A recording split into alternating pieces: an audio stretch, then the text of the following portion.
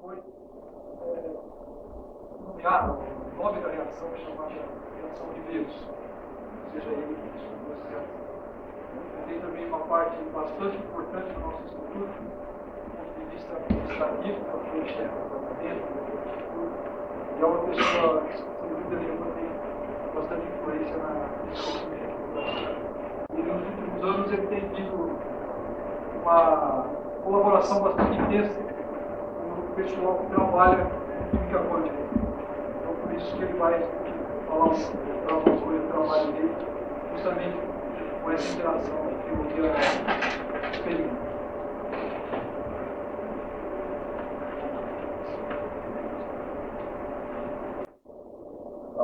It's the title of my talk. I'm going to talk mostly about the chemistry of ions, starting from the gas phase where everything is easy, and try to see how you can extrapolate that to understand phenomena that occur in solution. Let me just start by pointing out some important contributions that have emerged from gas phase ion chemistry in the last 30 years. Certainly, acidities and basicities, and when I mean acidities and basicities, we're talking about intrinsic aspect of acidities and basicities, were one of the major landmarks in the first years of gas phase ion chemistry, and nowadays a lot is known about this. Gas phase ion chemistry has also been very successful in determining the thermochemistry of ions and of neutrals, and particularly of species which are transient species and difficult to measure by some other techniques. And finally, I will talk a little bit about aspects of what is intrinsic reactivity, that is to say, what is the actual reactivity of chemical substances under solvent-free conditions. Now, there's a nice thing about gas phase chemistry, what I call the natural playground between theory and experiment, that most of the calculations are done for isolated molecules in the absence of any solvent. And since gas phase ion chemistry is done usually under high vacuum, then you can have direct comparison between theory and experiment, and actually nowadays it's an avenue of two ways. Now, the real challenge is how to relate these gas phase behaviors to phenomena in condensed phases, and how to account for solvation. And I'll try to talk a little bit about that too. So let me start from something that Professor Roos already mentioned, proton affinity and gas phase basicity. Just to remind what we mean by proton affinity, we take a prototype gas phase reaction where B is a base, and the reaction where the base acquires a proton to give the conjugate acid. The proton affinity of that base B is defined as minus delta H0 of this reaction, and the gas phase basicity is the minus delta G0. So the higher the number, the stronger the base is. These numbers are very well known experimentally. I've listed just to give an idea of what type of numbers we're talking about. These are very large numbers, meaning that the ion, the protonated species, is extremely stable in the gas phase. Now, you can see already things that are unique to the situation where things like ethyl chloride is more basic than water, or H2S is more basic than water, so that the relationship between these numbers and solution is always not straightforward. Now, what is really interesting is that present-day calculations by, you don't have to go to a very high level of theory. You can get extremely good very good theoretical results, and in fact, there are a few cases where actually the theoretical calculations have pointed out that the experiment was wrong. So that if you do things like G2 particularly, you can get excellent agreement and predict systems that you don't know how to measure experimentally. Now, I want to talk a little bit about thermochemical aspect of silicon and germanium substrates, and the reason for that is twofold. First of all, organosilanes and organogermanes, something missing there, are nowadays used frequently for the deposition processes of materials that are used in microelectronics. Now, usually these processes are done either by hot chemical vapor deposition or plasma deposition. The chemistry is actually extremely complicated. It's a typical engineering process where you put some substances, you do a plasma or a deposition. You don't really care too much about what goes on. The results is that you get some nice films out of that. Well, what are the intermediates of these processes? It's something that is not well known, and it involves radicals, ions, surface processes. So there's a great deal of interest in understanding some of the species and the mechanism for these processes. The other thing is that you take typical silicon, germanium, and titanium alkoxides. These are the precursors of salt gel chemistry, which nowadays have enormous applications in the materials. Again, what are the intermediates in salt gel chemistry? Something that is not always easy to stop your reaction, because once you start the polymerization of these precursors, it's difficult to make them stop at some point. So let me start with one particular experiment, and the easiest of organogermanes, if you want to call this an organic compound, is monogermane. This is an important substrate for chemical vapor deposition processes. Now, this is one case where determining the proton affinity experimentally is not trivial. In fact, in spite of many attempts by different groups, it's difficult to observe the formation of the protonated monogermane. Now, if you look at the present compilation, which is the one that is produced by NIST, it used to be called the Book of Random Numbers. Now I think the numbers are better. The proton affinity is based on a number that was derived around 1970 indirectly, and it's listed as being 713 kilojoules per mole. Well, you can do on a system like this a pretty high-level calculation, and two things are important. One is that you can understand why it's difficult to observe this species, because this is really what you get is that it's a germyl ion attached to a hydrogen molecule, so that the binding energy of this species is very low. The best estimate that we have is it's probably around 6 kilocalories, so that if you do form this, it will fragment very easily into just a germyl ion and hydrogen. Furthermore, the calculated proton affinity of this using different high-quality methods, you obtain that it's much lower than the number that is tabulated, and we have every reason to believe that this number is probably correct within, let's say, 6 kilojoules. So this is one case where the number that is tabulated, I'm sure, is not correct, and I'm saying that as an experimentalist, because that's what we do most. Now, let me look now at some negative ion chemistry, which is what interests us a lot.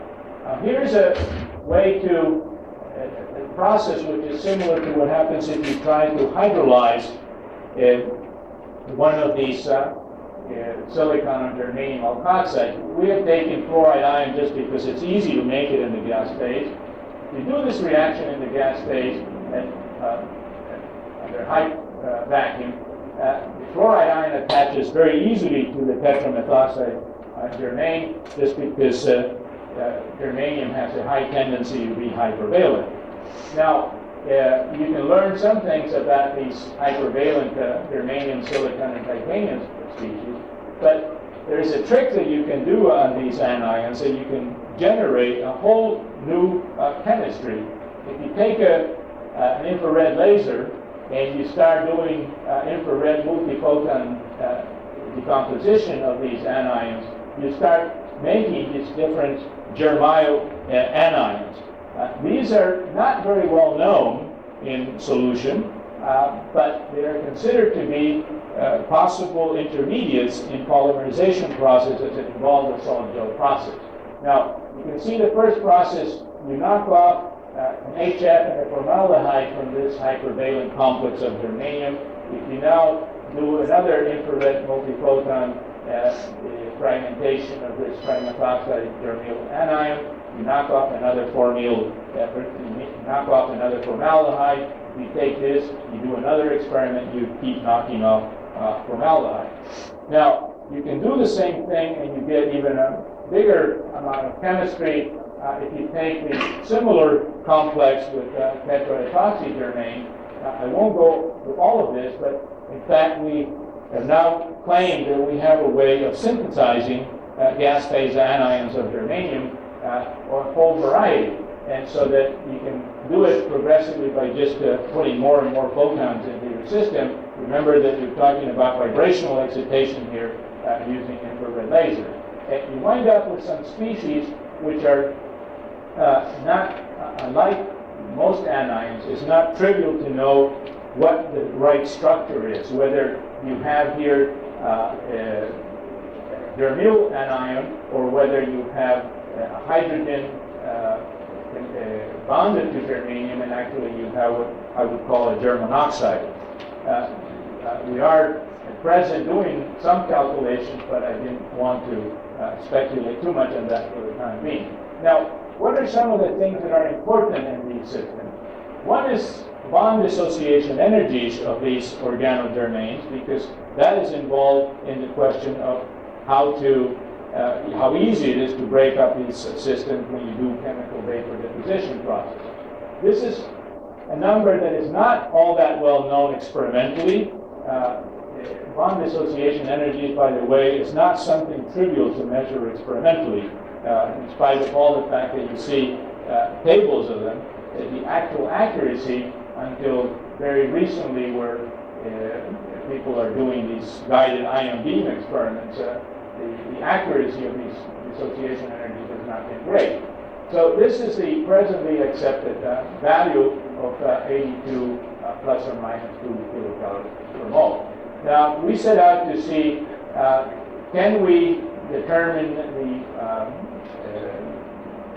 dissociation energy in the case of monogermane and see what the effect is of having different substituents.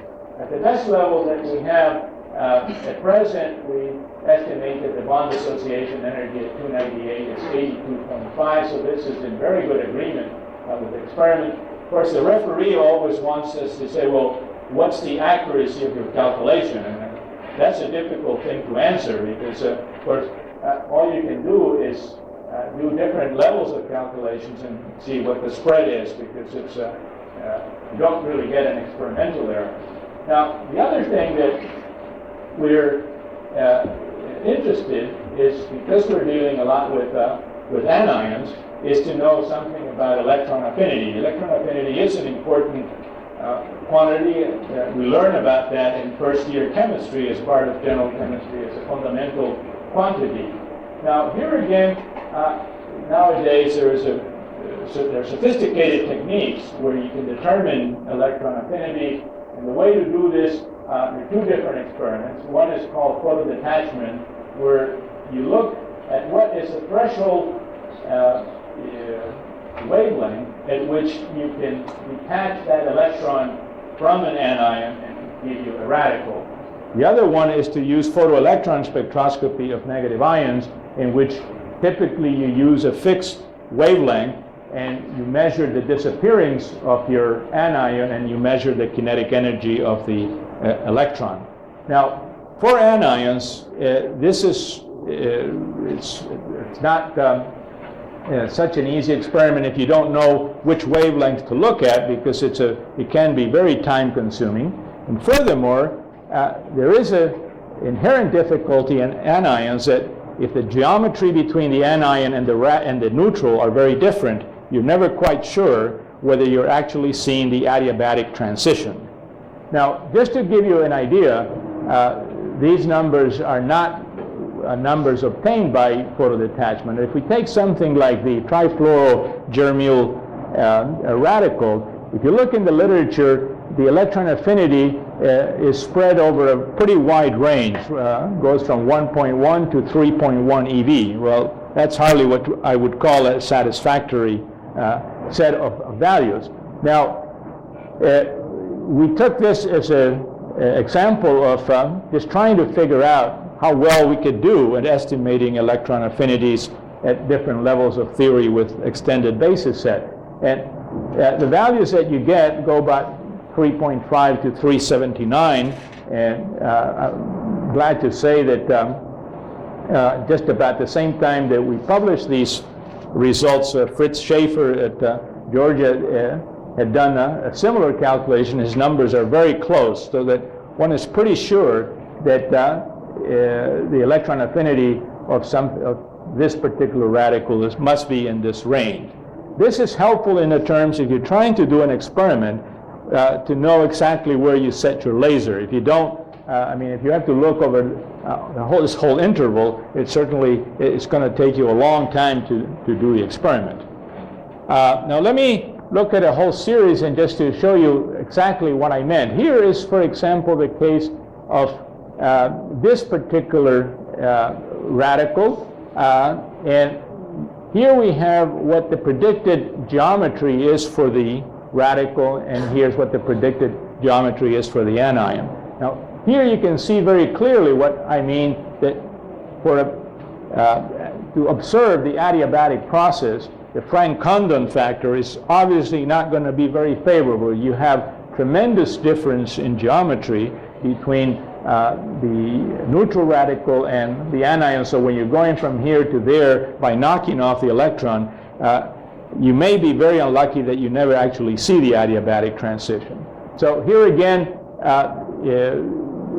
these are the trends that you see when you do a reasonably high level calculation. The number for the germanium H3 is known, and that is one number that if you do different sets of theory, it will go from 155 to 160. The present experimental value, it's 175, but we believe that that number may have some problems too. So this is a very nice trend. It's not very unexpected. As you put more electronegative substituents, that electron affinity will grow. But certainly this is one case where theory is extremely useful, or I should say computational chemistry. I would say that the error bars in the estimating electron affinities, one has to be realistic that probably 0.1 of an EV at this point, at these higher numbers, is probably what I would think pretty reasonable, at least at the level of theory that we're using. Now, let me try to now go from the gas phase in solution, gas phase acidity to solution, and look at the numbers. Here are some typical pKa's in the gas, and in the aqueous you see the differences are enormous. Obviously solvation does a lot for you. Now we define the process of acidity as the heterolytic dissociation of a given molecule AH. You can determine that's the delta G that we call acid, or the delta H acid, and the delta H acid actually is simply equal to the bond dissociation energy minus the electron affinity of the A radical plus the ionization energy of hydrogen. So if you cannot measure this experimentally, but you measure the dissociation energy and the electron affinity of A, you can get good numbers. Again, for the gas phase, model chemistry at different levels will give you excellent agreement with experimental values and allows you to predict values that you don't have in the gas phase.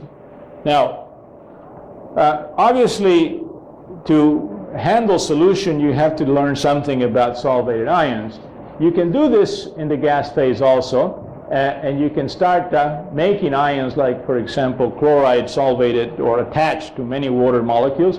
You can do this by supersonic beams, and you can make chloride up to maybe 20 water molecules or nowadays probably even more without much effort. Now here's the trend of how the binding energy, or I should say the hydration energy of something like chloride grows as a function of solvent molecules for water, methanol, ethanol. You can see that unlike what we would think, even with 10 solvent molecules, it's still ethanol. It's a better solvating than water, so that you reach the point where you know that in solution certainly water solvates things better than ethanol. You have to go to very large numbers before you can measure these things experimentally, maybe get a reversal in the order. Well, the structure of these solvated anions is a very hot subject right now, because what one finds, unlike what you think in terms of solution, that even up to maybe in the case of bromide, up to 20 water molecules, the bromide solvates on the surface of the water rather than inside the cluster. And there's some very nice both photoelectron spectroscopy and infrared spectroscopy that confirms this fact. The vibrational spectroscopy is essentially by photodissociation these clusters. So we have some numbers for experimental numbers for what these solvated ions, but it doesn't tell you much about the structure. Now, here are some ab initio calculations on just simple hydroxide ion attached to water. And these are the numbers, which are pretty small, just refer to different levels of theory. What usually one considers is that the hydroxide ion attached to 3 water molecules is the first solvation shell. We've actually found that there is a species with 4 water molecules, but this seems to be sort of a dynamic system where the water comes in and out all the time. But this is usually considered to be the first solvation shell of hydroxide. Now, let me show you something more complicated and where the problem comes when you try to deal with systems like this from a theoretical point of view.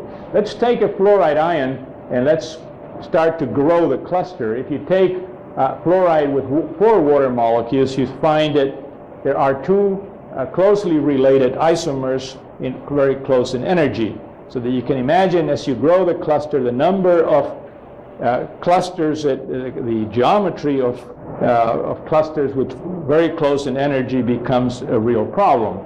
Now, I've taken the one with 8 water molecules of fluoride. This is the most stable structure for the gas phase. That's with 12. You can see that the fluoride still sits outside the water. If you go to the 16 water clusters, now you have 3 different species which are within 1 kilocalorie of each other, and this is the stability in the gas phase. When you put these things in some kind of continuum model for solvation, then the stability in solution is not exactly the same as what you see in the gas phase. But please notice that here is a species in which the fluoride is outside. These are just water clusters that hang on to each other. In the case of fluoride, you do have some species where the fluoride with 16 waters already sits inside the water cluster. As you grow, as the size of the ion grows, the tendency is that these species become more favorable. So this is particularly useful if you're trying to understand vibrational spectroscopy of these cluster ions. You have to have a model in order to be able to see whether the observed vibrational frequencies are in agreement with what you predict from your calculations. Now, let me, having talked a little bit about the question of solvated ions, let me go back to some very typical and classical problems of alcohol acidities.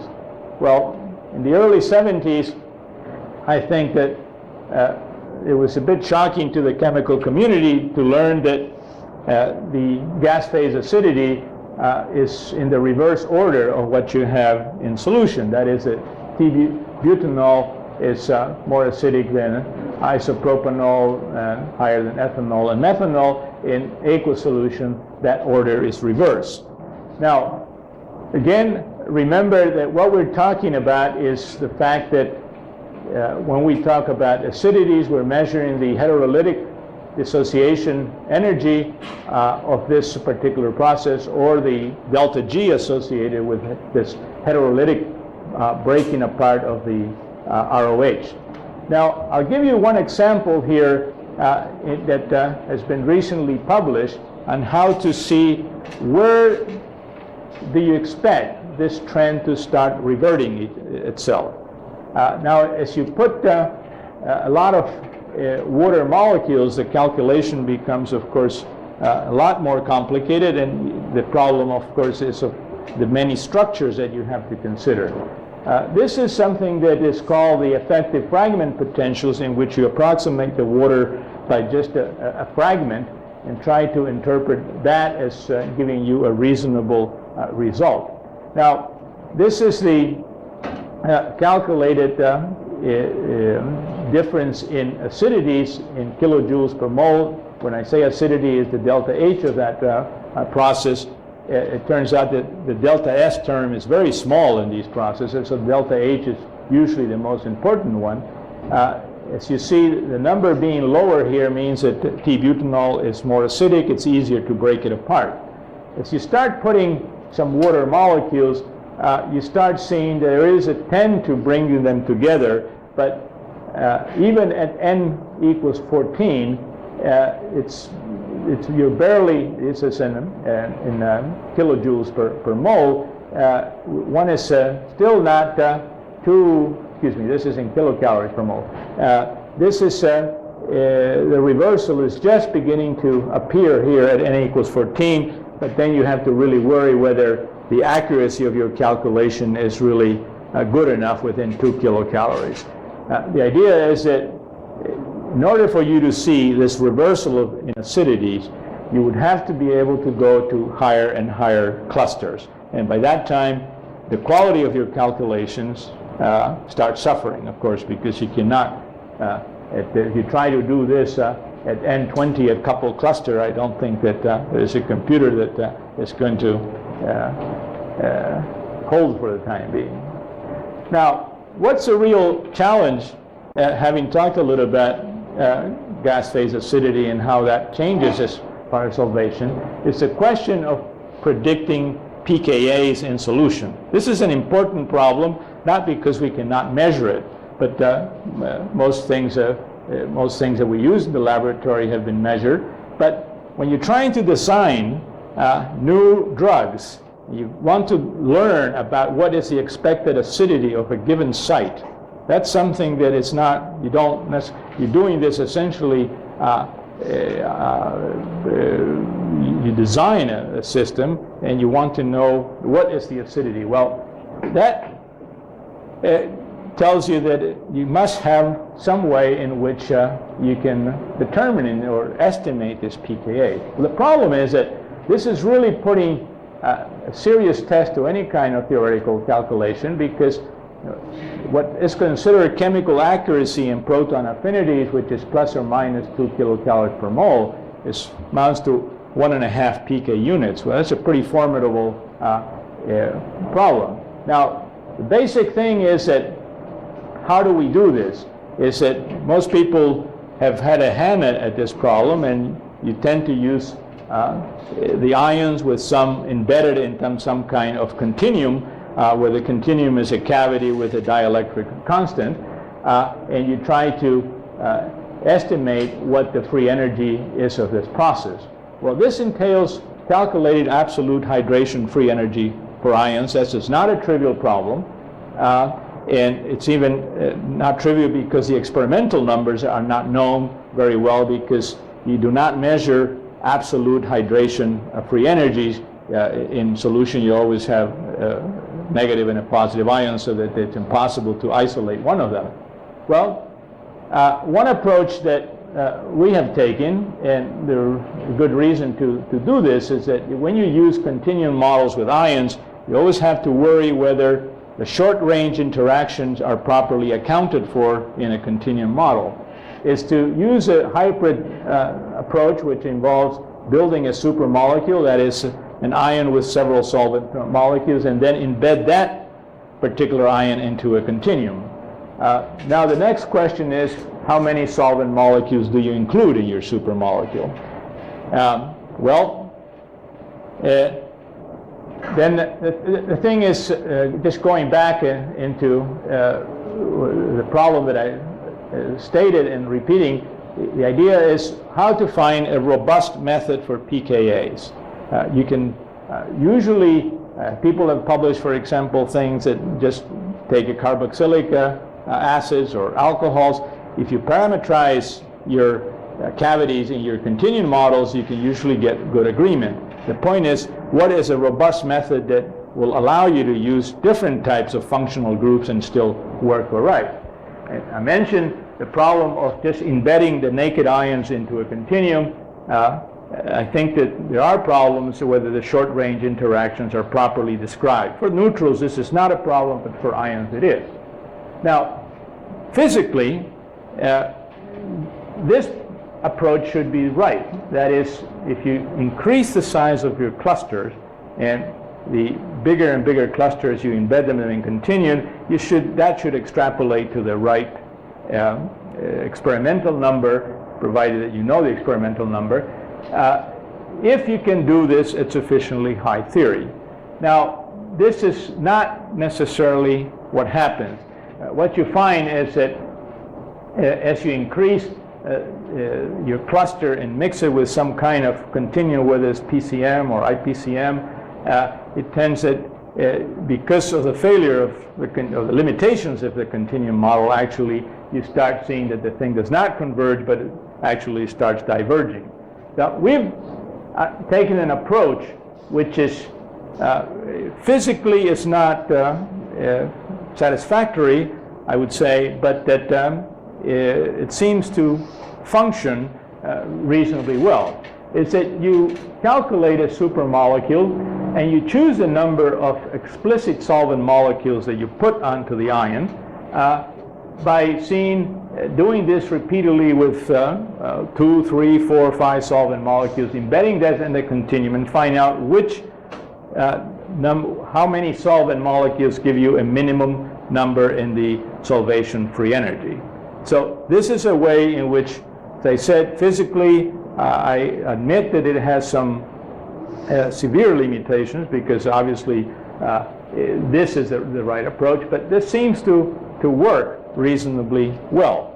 Now, when I show these some recent results that were done with this cluster continuum, some may say, well, this is not spectacular, but I just want to point out that these numbers were obtained for a very large variety of functional groups. That is to say, this is not parametrized for any particular functional group. We go from things that, well, ethane is not known, so that number 50 may not be very good, but we're going from things as high as ammonia, experimentally is 33, all the way to things which are extremely acidic like HCl. If we have a more system than this, the RMS deviation with experimental values is 2.2. Now, I remind you that the 1.5 pKa units is only 2 kilocalories per mole at room temperature, so that whether this is good enough, you have to look at a plot. And I think that once you do a plot of the theoretical against the experimental, this is not a bad correlation. And one of the nice things is the actual slope of this is 1. There's a very recent paper that came out in JPhys Chem by a group in Germany that uses what's called a Cosmo continuum. They have very good agreement, but the slope is not 1. And they claim that there's something fundamentally wrong. It must be looked at. Well, I say that the experimental pKa's are very well known, so that I would say that the model seemed to have some systematic error, but I happened to referee the paper, so that I had to get quite into it. But anyway, I think that this still remains something that we'll have to see some progress in the future, something that can be extended to many systems. Well, let me just go look into some problems in chemical reactivity, and let me start by something which is really exclusively done in the gas phase. Now, I'm going to take something that is not as common as SN2, but aromatic nucleophilic substitution. These reactions are very slow in solution unless you have some powerful electron withdrawing groups. I want to talk a little bit about ester hydrolysis in the gas phase and ester hydrolysis in aqueous solution. Okay, now aromatic nucleophilic displacement. This is a very slow reaction unless you activate the aromatic ring in some way. And the question is, when you do this reaction in the gas phase, is this similar to an SN2 reaction? Most organic chemists claim that it's not, because you destroy the aromaticity of the benzene ring. And usually it is assumed that you have to, the most common mechanism involves the formation of a sigma complex, an intermediate, which is enhance the stability of that sigma complex if you put some big nitro groups around that thing. Well, you do that experiment using ion cyclotron resonance techniques at extremely low pressures. This reaction of fluoride with nitrobenzene goes like a bomb. Just to give you an idea, the fluoride displaces that nitrobenzene that nitro group very easily. The experimental rate constant compared to the collision rate constant is 0.7, so that means that 70% of the collisions turn out to be give you reactions. And this is just a kinetic plot of what you see in a typical experimental setup, your fluoride ion disappearing. This experiment done at 10 to the minus 8 torr, and your NO2 minus growing. Now, in order to understand what's going on in this reaction, I'm going to show you what the energy surface for this reaction is at this level of theory. The reaction is predicted to proceed through a double minimum potential, which is just like SN2 reaction. And the sigma complex is found to be a transition state. This last part is not relevant for the discussion at this point. So what you have here is an energy diagram where you have the fluoride attacking your nitrobenzene. This gives you an initial ion neutral complex where the fluoride is already pointing at the carbon. This is quite stable, as minus 16 kilocalories. You have a very low local transition state, which is the actual sigma intermediate, and then this goes all the way into another deep hole where the NO2 minus that it's leaving is attached to the hydrogens of the nitrobenzene, and then the NO2 minus goes off. So if you look at this energy diagram, and you have to remember that when you're looking at reactions in the gas phase at 10 to the minus 8 torr, you have to look at an energy diagram, not a free energy diagram, because you don't have a thermal bath, so that you really have to treat this by essentially microcanonical transition state theory. Now, here are some of the what I call the two intermediates. This is what I call the entrance ion dipole complex, where the fluoride is just weakly attached to the nitrobenzene. These are the distances. That's the transition state for the local transition state for the reaction of the fluoride displaced NO2 minus, and this is the exit ion dipole complex. Now, let me just, that particular reaction, we have not done anything to understand what happens in solution. Let me just go through what something that we know a little bit better about what happens to ester hydrolysis. This is one case where the solution and the gas phase behavior are very different. In solution, it's well known the reaction proceeds by attack of hydroxide at the carbonyl center, and it's what the traditional BAC2 mechanism. In the gas phase, the reaction actually proceeds through different channels, and in particular, the SN2 reaction is competitive with the BAC2. As it turns out, in the gas phase, this is the most favorable reaction, but I won't, this has to do with an elimination reaction, but let me just concentrate on these two reactions. Now, you can draw it again in a very complicated energy diagram, probably can't see very much, where these are the reactants. They start by going into an ion dipole complex where the hydroxide is attached to the methyl hydrogen, to the methyl group. Now, two things can happen here. Either you go through an SN2 reaction, which is this TS2 here, down to your product, or in the BAC2, you go from this complex onto the tetrahedral intermediate, and from the tetrahedral intermediate you go, let's see where you go over here and onto your final product.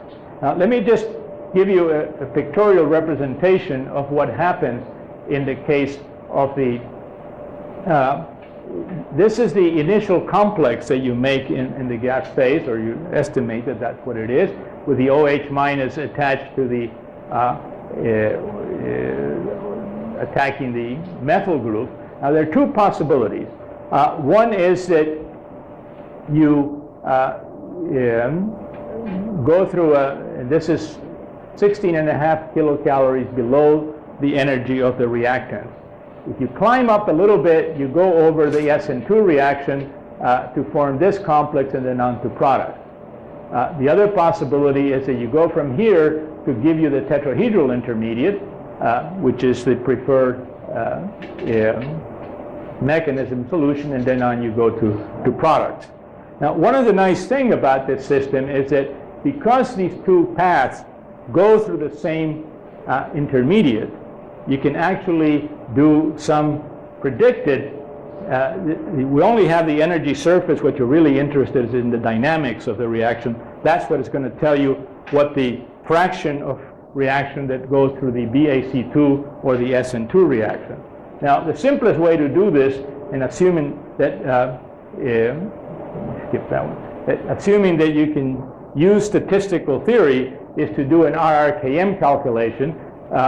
And this is an interesting thing to show, that it's a function of how much energy you put into your collision complex. The contribution of the SN2 reaction starts growing at the expense of the BAC2. Now, you can try to test this experiment, and in fact, what we've seen from different laboratories doing different experimental techniques, that as you vary the amount of internal energy with which you generate these internal complexes, the amount of SN2 reaction grows. So that I think that RRKM, although it has some limitations in the sense that it is a statistical theory, it seems to work quite well.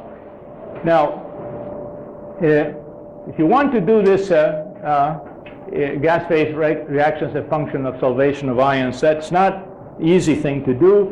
One of the reasons is that reactions become slow, and present experimental techniques, if the experimental rate constant is less than 10 to the minus 4 of the collision rate constant, you won't see very much. You just don't have time enough to keep those ions around.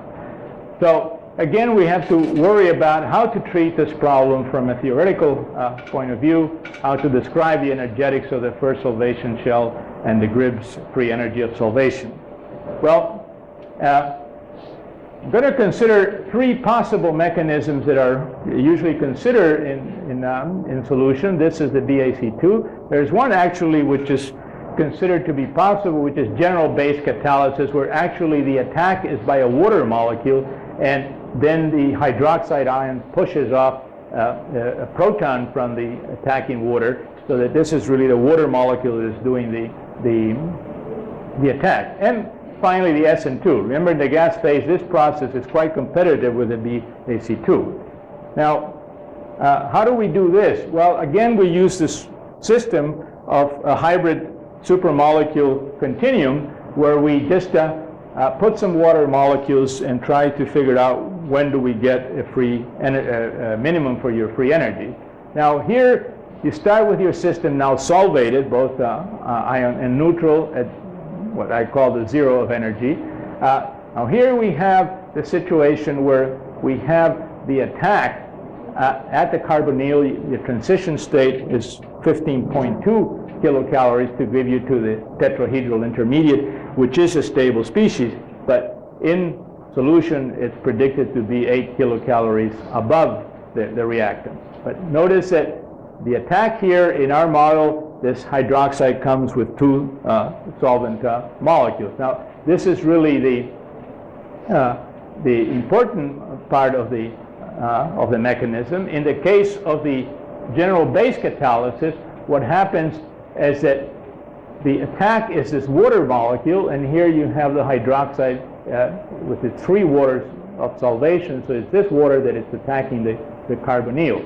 Now, to our surprise, the general base catalysis is only transition state is estimated to be at 16.3 kilocalories per mole. Just to remember, the other one was 15.2. Now here, I should say we're talking about free energy of activation, because when we're talking about solution processes, we really need to work with free energy. After all, the system is in a large thermal bath. So if you do the same thing for the SN2, you can see that in aqueous solution, this is predicted to go through a very high free energy of activation, much higher than the other one, 31.4. So that these model chemistries that we're doing predict that really the general base catalysis and the direct attack by hydroxide should be competitive. I should say something that I didn't include in this thing is that if you do this, you put these numbers with transition state theory, you get an experimental rate constant that is within 20% of the solution rate constant. That's, I think, extremely gratifying, because predicting rate constant in solution by just pure ab initio methods is certainly not something trivial.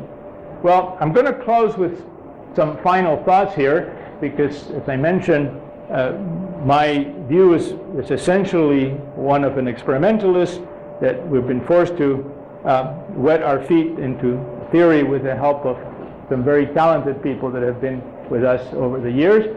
But I think that modern experimental techniques in the study of clusters is something that is particularly offers some very interesting possibility. Supersonic beams by now are very well known as something how to make bigger and bigger, not only ionic but neutral clusters. Electrospray ionization certainly allows you to make ions of different sizes, not just biomolecules, by the way. I think that the spectroscopy of these clusters with the use of infrared lasers in the region of OH and CH are very promising. There's also some free electron laser attached to both a time of flight and a cyclotron resonance at the Plasma Physics Institute in Utrecht, that I think that is there are already some very interesting results coming from there. We ourselves have been very busy using black body radiation as an infrared source for measuring binding energies of species, so that I think that this is probably a growing technique for measuring binding energies in biomolecules. Now, I think that certainly this goes without saying, there's a growing demand for coupling computational chemistry with experimental results, and this is very taxing because one cannot do space-age technology with horse and buggy theory or vice versa, so that you need to have people talking to each other, because usually you can either do one or the other, but it's hard to do both things very well. And I finally want to press the point that I think the challenges ahead on how to deal with clusters and solvent effects. I'm sure that Silvio Canuto is going to tell us a lot more about that, and certainly I think this afternoon we're going to hear a lot more about that. But I just want to give you our version of the story, and I thank you for your attention.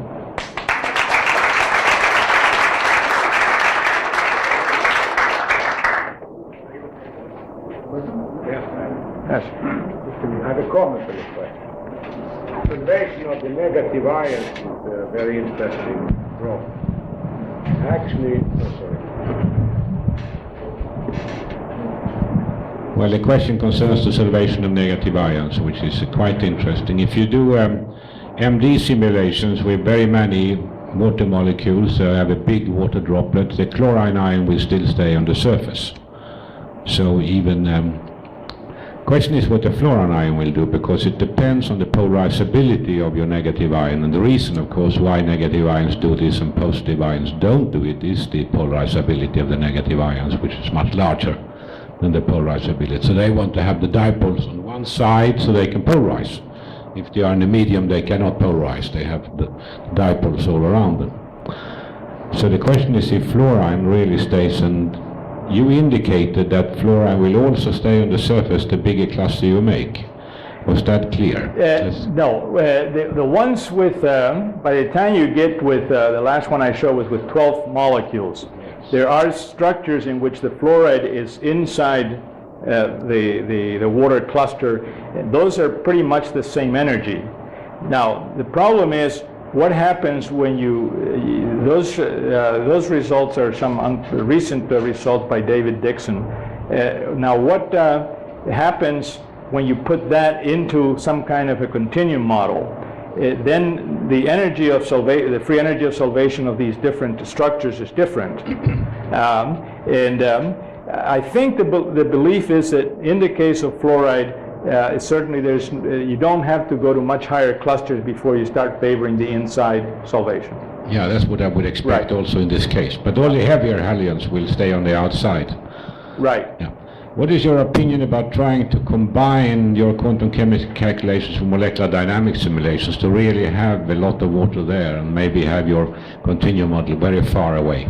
Well, we were just talking about that. I overheard you saying this your talk. The question is really how reliable your force fields are.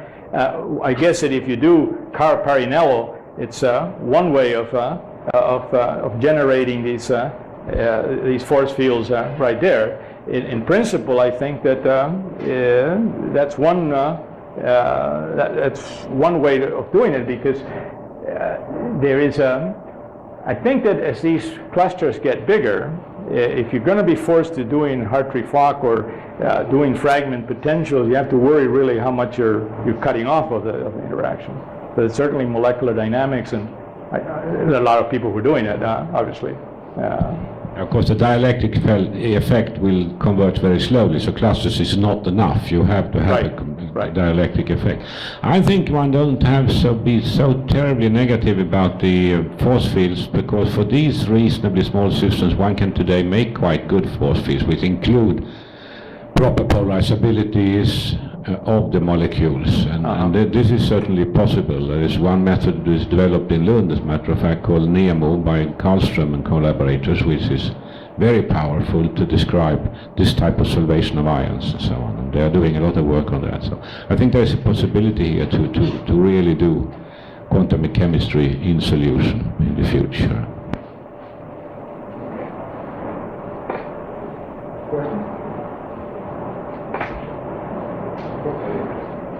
Thank you very much, Professor Riveros.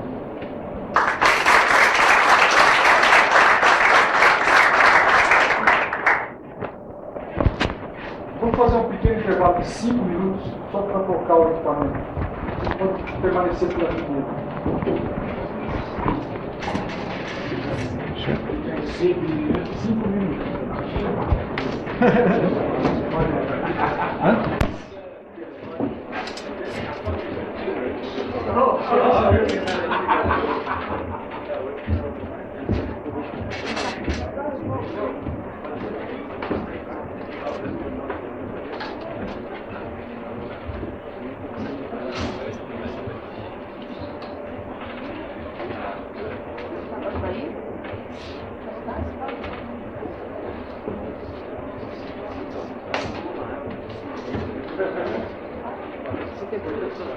Não.